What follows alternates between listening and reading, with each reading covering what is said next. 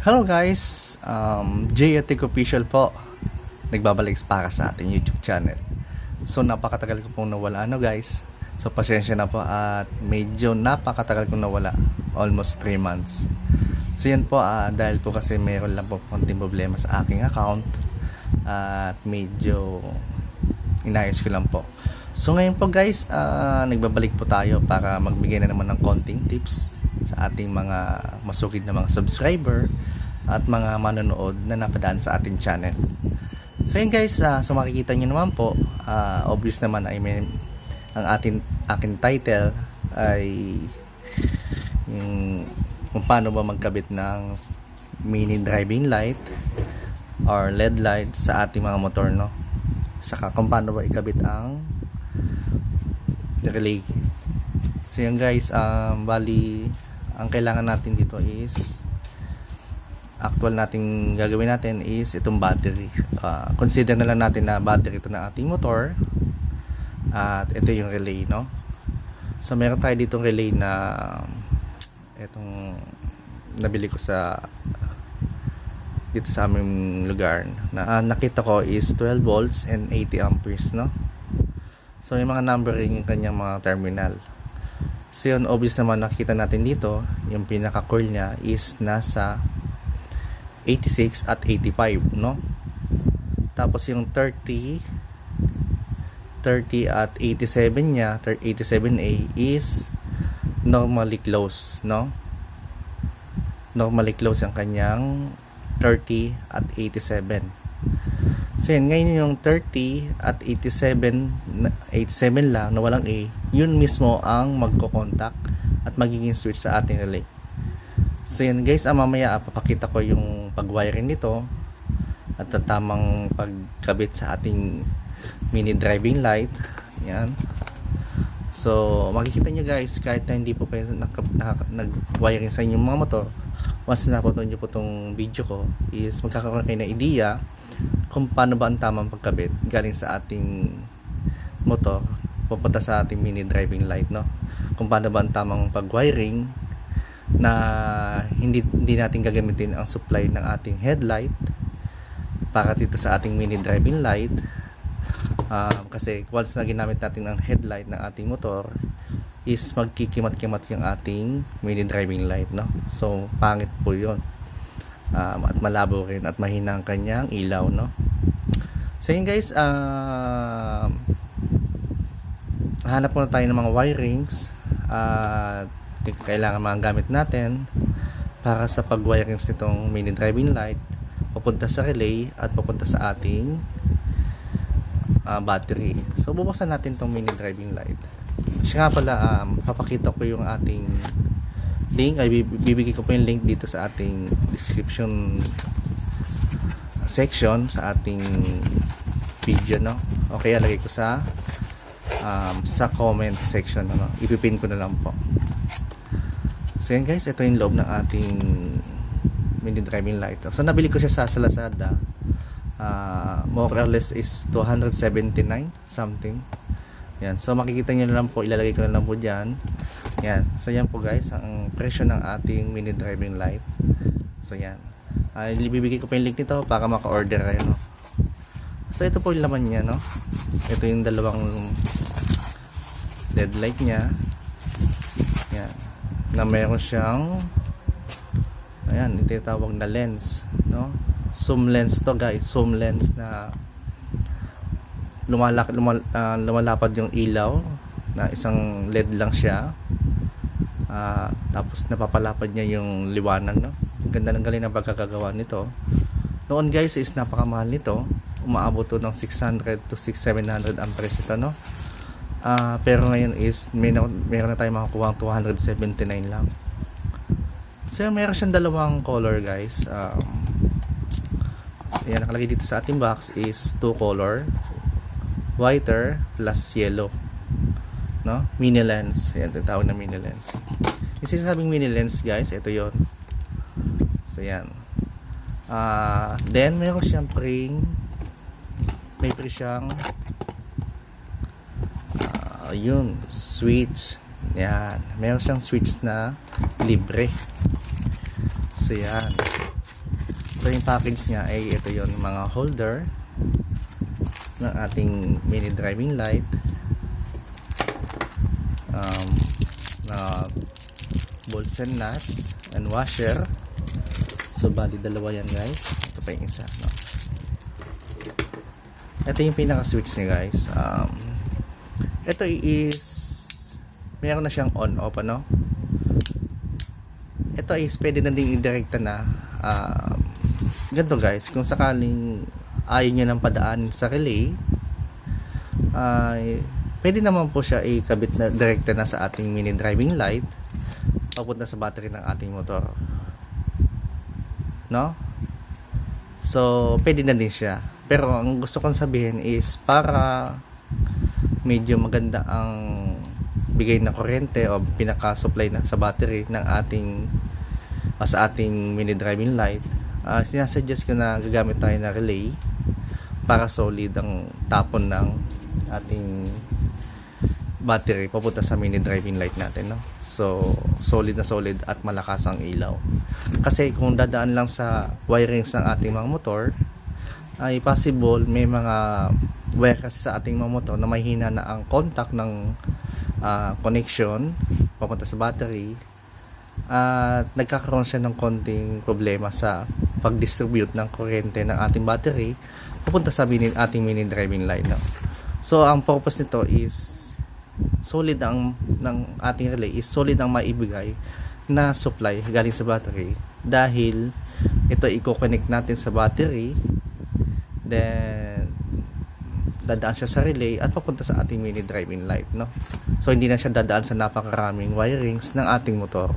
So nagiging sa ninyo is malayo ang nilalakbay ng supply ng battery at nagiging mahina po ang ilaw ng ating mini driving light. So yun po ang purpose ng ating relay, no? So ang iba kasi sa nagbablog nito ay hindi pinapaliwanag kung ano bang purpose ng ating relay.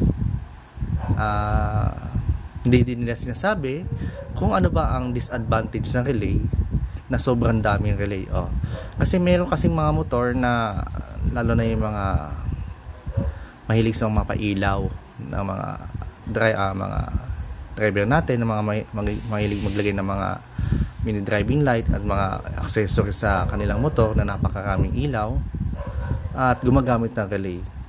So guys, ako po technician ako at papaliwanag ko sa inyo kung bakit ba hindi suggested na maglagay ng napakaraming relay sa ating mga motor, no? Bakit ba hindi pwede na umabot ng 4 to 5 or 3 to 5 relay na ilagay natin sa ating mga motor? Bakit ba? Kasi guys, itong ating relay ay meron po siyang winding sa loob nito. So meron siyang winding. Ang winding nitong sa loob ng ating relay ay kumukonsumo po yun ng battery. Once na kinonect po natin yan sa ating motor, ang ating battery ay kumukonsumo ng relay, ng supply galing sa ating relay. Yan po guys, ibig sabihin ng yan, coil po yan, coil. Ngayon, once na nakakabit yan sa ating battery o sa ating mga motor, ay nagkukonsumo po siya ng kuryente, no? So, ibig sabihin yan, ito, palagay natin ito sa ground, itong 85 at itong 86 is sa positive ng ating battery o sa positive ng ating wiring ng ating motor, no? Kung meron kang tatlo nitong relay na to, ang mangyayari po sa ating battery is madi-discharge po ng mabilis, no? So yun po ang disadvantage ng napakaraming relay sa ating mga motor. Maadali po siyang ma-discharge kasi tatlong relay, tatlong coil na po ang pinapagana niya at nagkakaroon po ng battery consuming itong tatlong relay na to. So hindi po suggested na maglagay ng 4 hanggang 5 na relay sa ating mga motor, kasi tiyak po na magiging malolobat o madaling madedrain ang ating battery dahil sa napakaraming relay, no?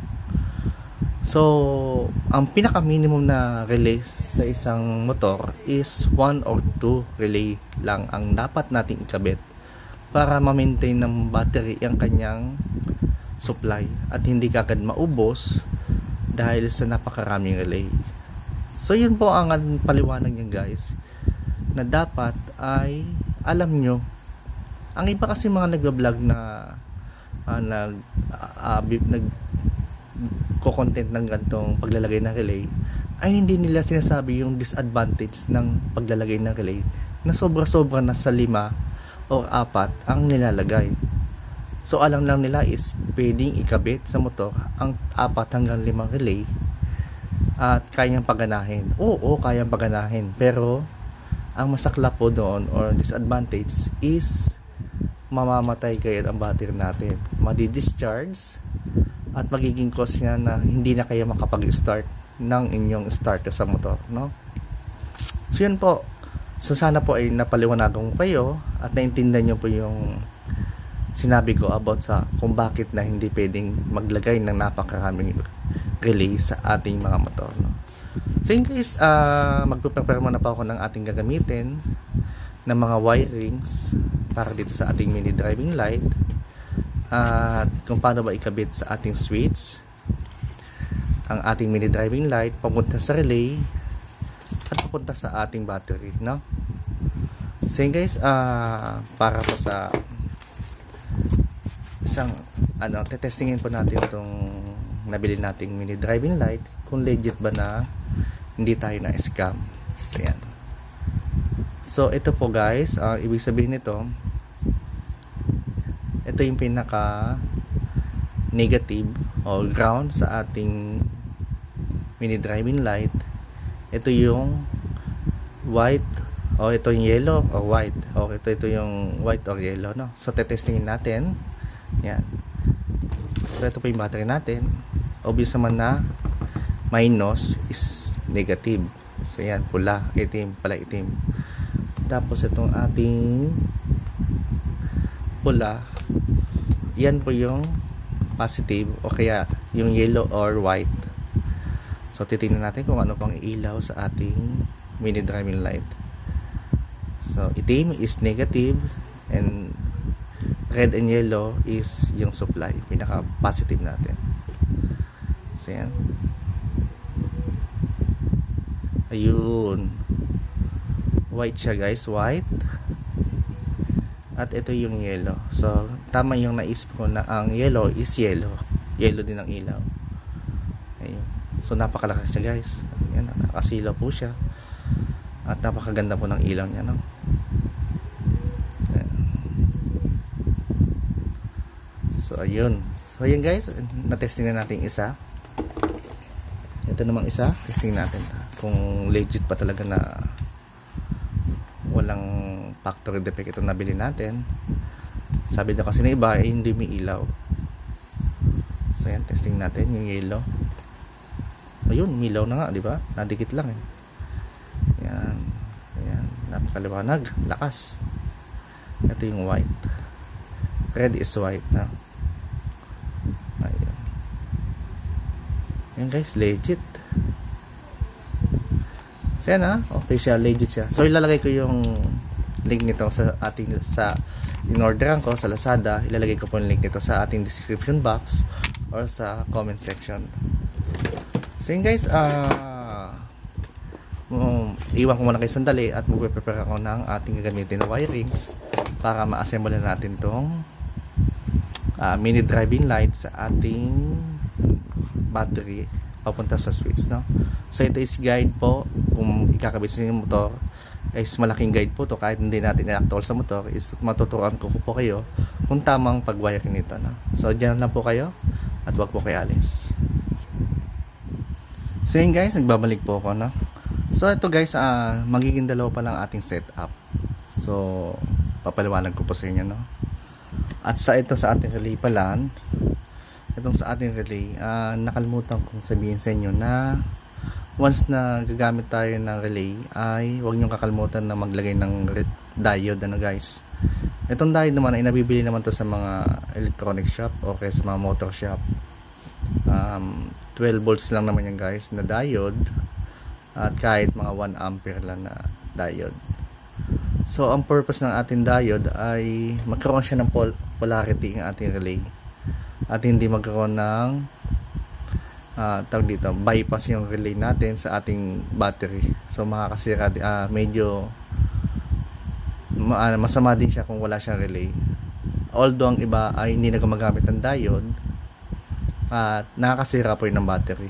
So dapat may polarity ang ating relay na gagamitin. So yan, ang paglagay ng po ng diode at wiring sa ating relay. So ito po yun guys, yung may puti na po, may puti na yan na guhit. So yan po yung positive ng ating diode papunta dito sa ating wire na pula. Papunta yan sa ating coil na 85 at 30. 85, 30. I mean, sorry pala. 85, 86, no? Magkabaligtad din yan guys. Kahit magkabaligtad kayo ng lagay ng diode, is okay lang. Yung kung nagkataon na nalagay niyo yung diode dito sa 86, doon din kayo maglalagay ng pula. Basta po yung positive ng ating diode, doon din pula ng ating wire, no? At itong isa, itong black is pupunta sa ating ground, negative ng battery o ground ng ating motor, no? So yan, mamaya ituturo ko po sa inyo kung paano ito magagamit sa ating motor, at ang function nito sa ating ilaw, no? So unahin muna natin yung simpleng connection ng ating mini driving light, gamit lang ating switch at battery pupunta sa ating dalawang ilaw, no? So yan, so mamaya ipapaliwanag ko itong relay. Unahin naman natin to. So guys, itong sa ating switch, yan, ating switch, you know, mayroon siyang tatlong wire. Bale, ito ay, ibig sabihin nito, off, on, yellow or white, gusto niya yan, sa gitna. Itong taas is kung sa white or yellow gusto niya, no? Tatlo siya. So dalawang on, isang off. So ang purpose niya guys ay para sa off, white or yellow na color ang switch niya, no? Kaya tatlo siya. Ito common na to guys sa ating mga nabibili mga ganitong mini driving light. Ang pinaka positive niya is red. So yan, red na, no, guys. Ito ay ikakabit natin sa positive ng ating battery. Yan. So pula, positive. So yan, kabit natin guys.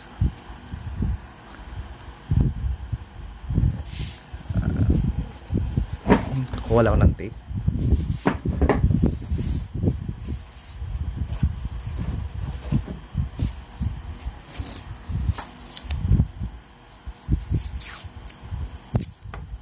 So huwag nyo pong kalimutan maglagay ng tape ha guys, kasi malakas po ang spark ng battery.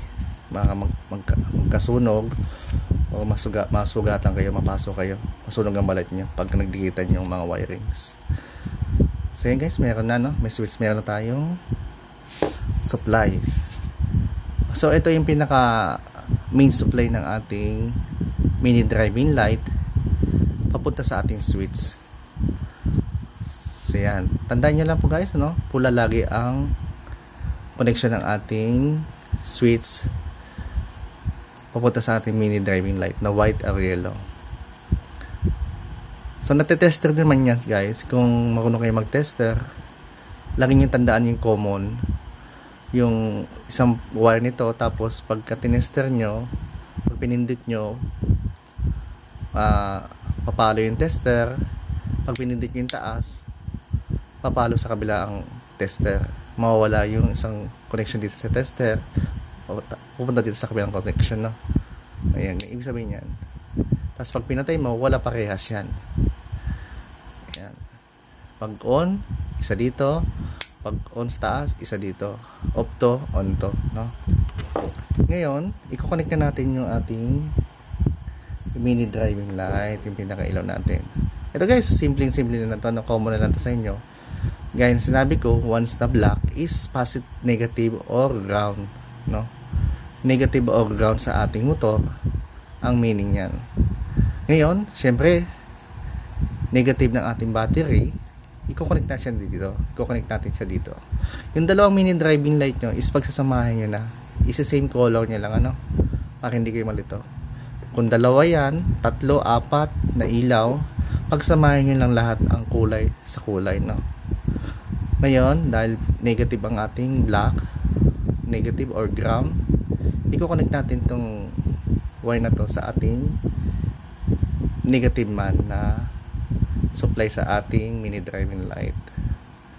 Yan. Then, magtitape tayo for safety.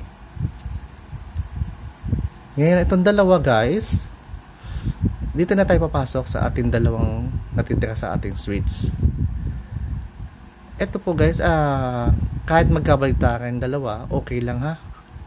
Ang purpose lang naman nito is kung anong gusto nyong gitna o taas o low high ng ating ng mini driving light.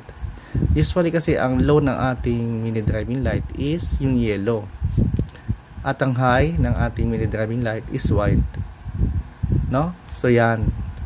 So doon papasok yung wires na itong dalawa. Ito kahit magkabaligtaran guys, okay lang ha. Wala namang masama mangyari. Magiging ang switch ng ating mini driving light is kung sa gitna o sa taas yung low nyo, no? Yung high. So yan, ikakabit natin guys kung kahit saan yan, pwede naman yan.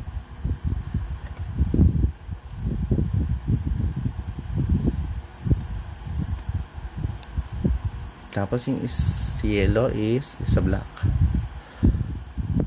Ayun, umilaw na nga kagad guys. Sorry, nakabukas pala yung ating switch.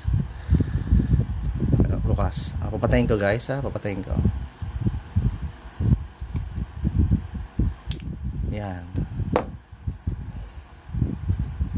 Ito is simple connection lang to na hindi nadadaan sa relay. So yan guys. So okay na ang ating wirings. Ayan, gusto yung sabi ko is okay lang magkabaligtad itong dalawa. Basta itong isang linya is ground, negative is negative sa battery din. Hindi pwede magkabaligtad yung dalawa kasi hindi ilaw ha. Malay nyo nalagay itong black sa green, nalagay nyo sa yellow, o yung ilaw natin is nakabit niya sa ground, sa itim, tapos yung yellow nakabit niya, hindi rin iilaw yan. Yun lang naman mangyayari yan, hindi iilaw kasi mali ang polarity ng ating battery pamunta sa ating mini driving light na may polarity kasi yan. So yun guys, okay na tong connection natin. So yan, so makikita natin ngayon na ang supply ng ating mini driving light, no? So testing natin. Ang gitna, unang pindot white, tapos yung taas yellow. Okay guys, kung gusto nyo yung gitna is low,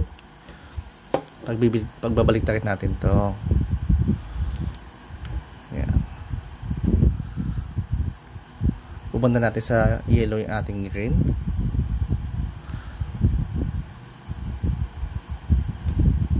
At yung black sa ating pula.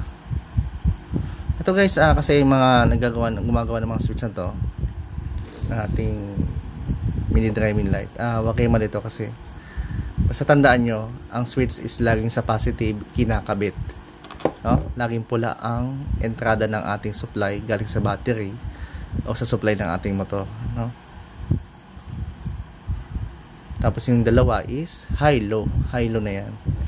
Yan guys, testing ulit. Yan, unang pindot gitna, yun, low.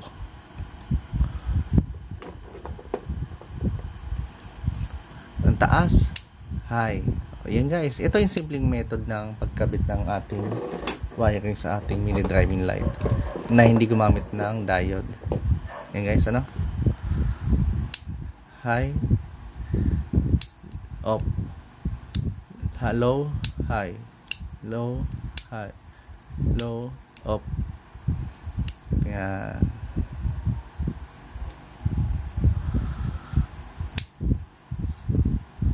So yan guys, tapos ang ating connection sa simpleng kabit ng ating wirings. galing sa ating mini driving light papunta sa battery. So sana po naintindihan nyo guys. Kung hindi nyo po nasundan is ulit-ulitin nyo lang po yung video at para din po hindi kayo malito. Safety nyo po ang wiring sa ito pagkatanggal kasi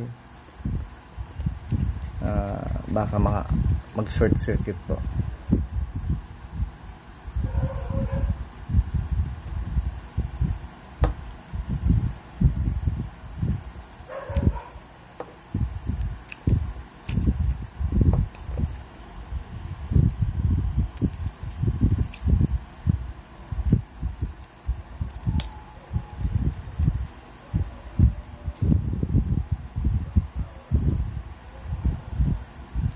Nakasafety ng ating positive negative.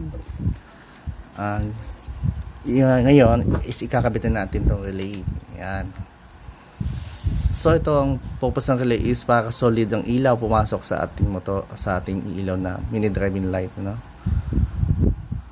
Para malakas. Kasi kung sa ordinary wirings lang, kung medyo malayo ang pinanggalingan ng wirings, hihina ang ilaw.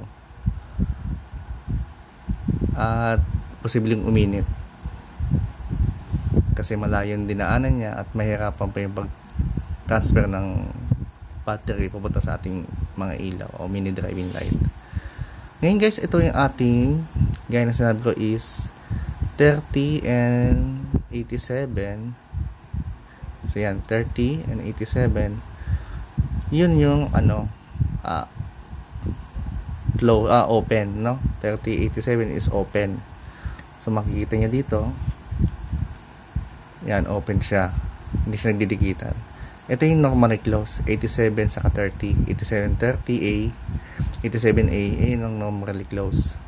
Then yung 30 and 87 is open, ano. So, gagana yan once na nagkaroon ng supply ang ating coil. So, yan. Doon natin hininang yung ating 87 saka 30. So, yun ang magiging contact point ng ating supply sa ating mini driving light. So ito guys, ito yun, no? Kahit magkapaligtad kayo nito is okay lang, ha? Yan, katulad ng sinabi ko, yan, hindi ko nilagyan ng polarity, is okay lang na magkapaligtad. Yan. Ngayon, ang dulo nito,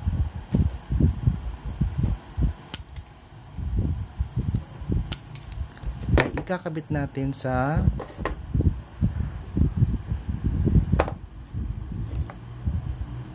yung isang dulo ng ating ng ating wire pag galing sa relay, doon sa pinaka contact point niya na open na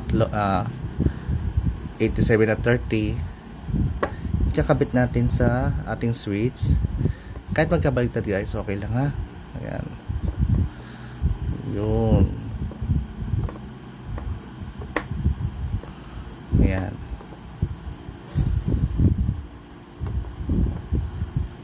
Tapos yung isang linya ng ating wire galing sa relay is i-connect natin sa positive ng ating battery. Ano? Positive ng ating battery guys. Tandaan niyo po, ha? Yung isang linya ng ating relay is sa positive. Lagyan po natin ng tape for safety.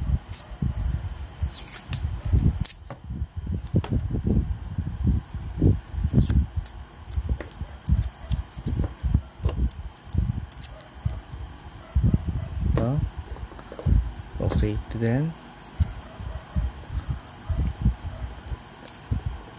Kung medyo nalilito po kayo guys, pwede nyo naman po ulit-ulitin, ha, para hindi kayo magkamali at maging cause ng short circuit, no?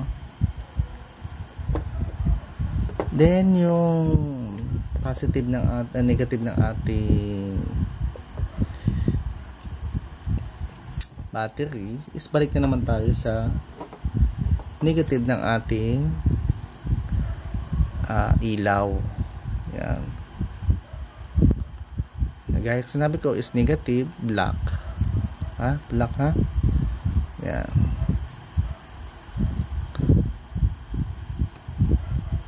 Tapos yung high and low naman natin, doon na naman ulit sa dati, sa switch ng ating mini driving light. Kahit magkabaliktaran, okay lang ha. Yan.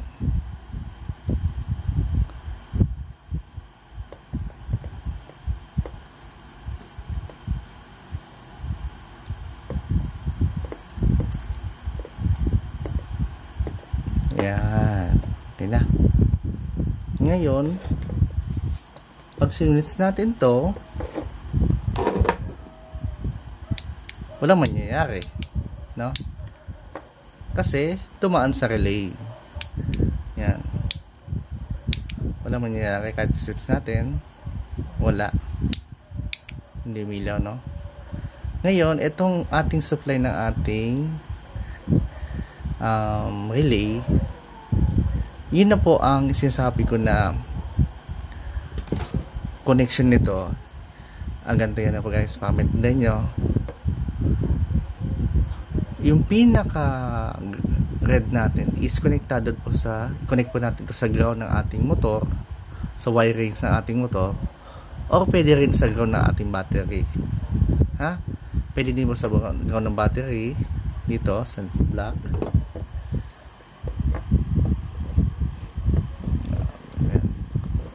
Sample lang to guys kasi para maintindihan nyo.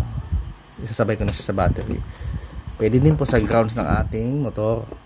Kung gusto niyo pong hindi na mahabang wiring, is maghanap na lang po kayo ng connection ng battery, ng wire niyo doon sa inyong motor na connected sa ground ng motor, no? Body ground. Yan. Consider po natin na body ground to. At itong positive ng ating supply galing sa ating relay, yan, sa pinaka coil number 86 and 85, ano? Yan. So, yan po yung pinaka coil ng ating relay, 86 at 85. Ngayon po, para malaman natin gumana na ang ating relay, isusupplyan po natin to ng 12 volts. I-connect natin sa battery. Yan. Pag tinap mo yan, maglalagatik yan, may marinig kayo, tingnan nyo. Yun. O, umilaw na siya. Yun. Di ba? Yun ang purpose ng ating relay. Ngayon po, para hindi siya kumuha ng supply sa battery, ang itong relay na to, at hindi mag-consume ng kuryente ng ating battery at hindi malobat, ito pong red natin supply sa ating relay ay ikakabit niyo po ito ngayon sa pinaka supply sa ating headlight, guys. Headlight. So nagigets niyo po, no? Di ba pong ating headlight ay so yun guys, yung ating headlight ay may switch po yan, diba, sa ating panel, sa ating manubela is meron po yung switch, diba? Siniswitch kayo dyan sa ating motor, tinatawag na on off, or sa ibang mga motor kasi na mga bago ngayon is high lang saka low, no?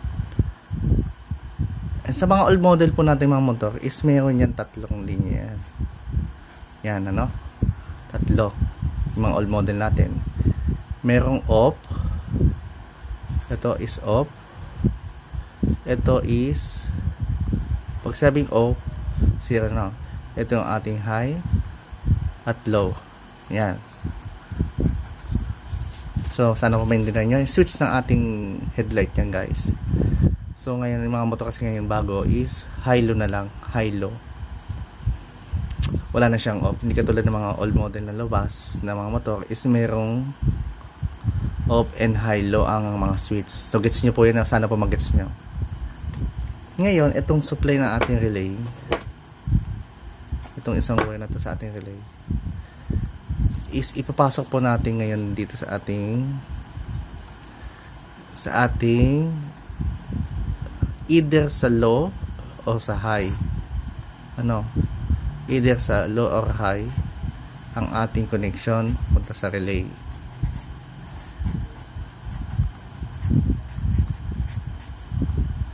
Kita niyo po guys ha. Yan po is yung pinaka positive sign ng ating red sa ating relay. Yan.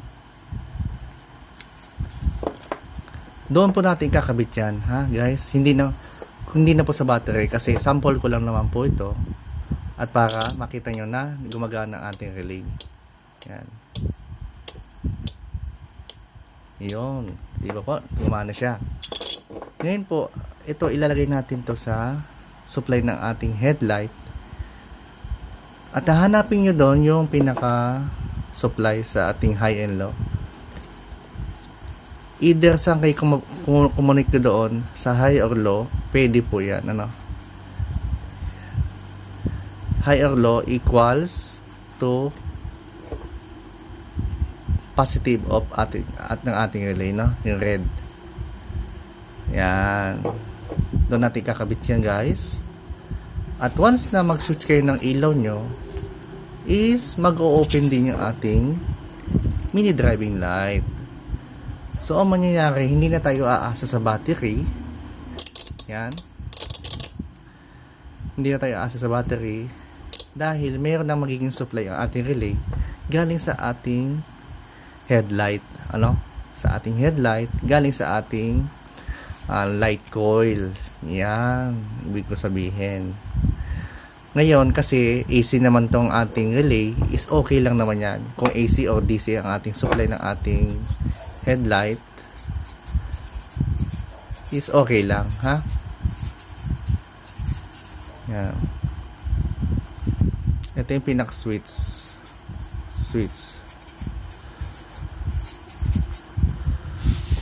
So, posible naman pong walang switch ang ating mga motor sa headlight, ano? Mayroon kasing mga modelo ngayon na talagang wala ng switch yan. High and low lang, na? O yun guys, ganun lang kadali lang po ang pag-connect sa ating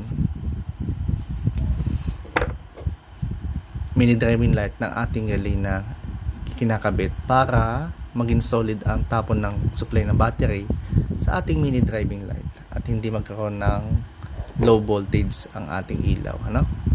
So yun guys, sana po intindihan niyo po ito. Kung medyo nalilito po kayo, is pwede nyo naman po ito ulitin at para maging maayos po ang pag-connection nyo sa inyong mga motor ng ating mini driving light gamit ang ating relay o yung basic connection na kaninang ginawa ko is pwede rin naman yun.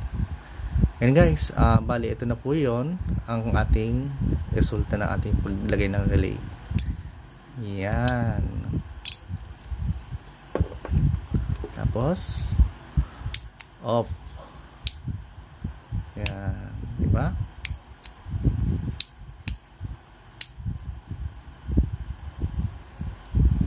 Ganun lang po guys ha.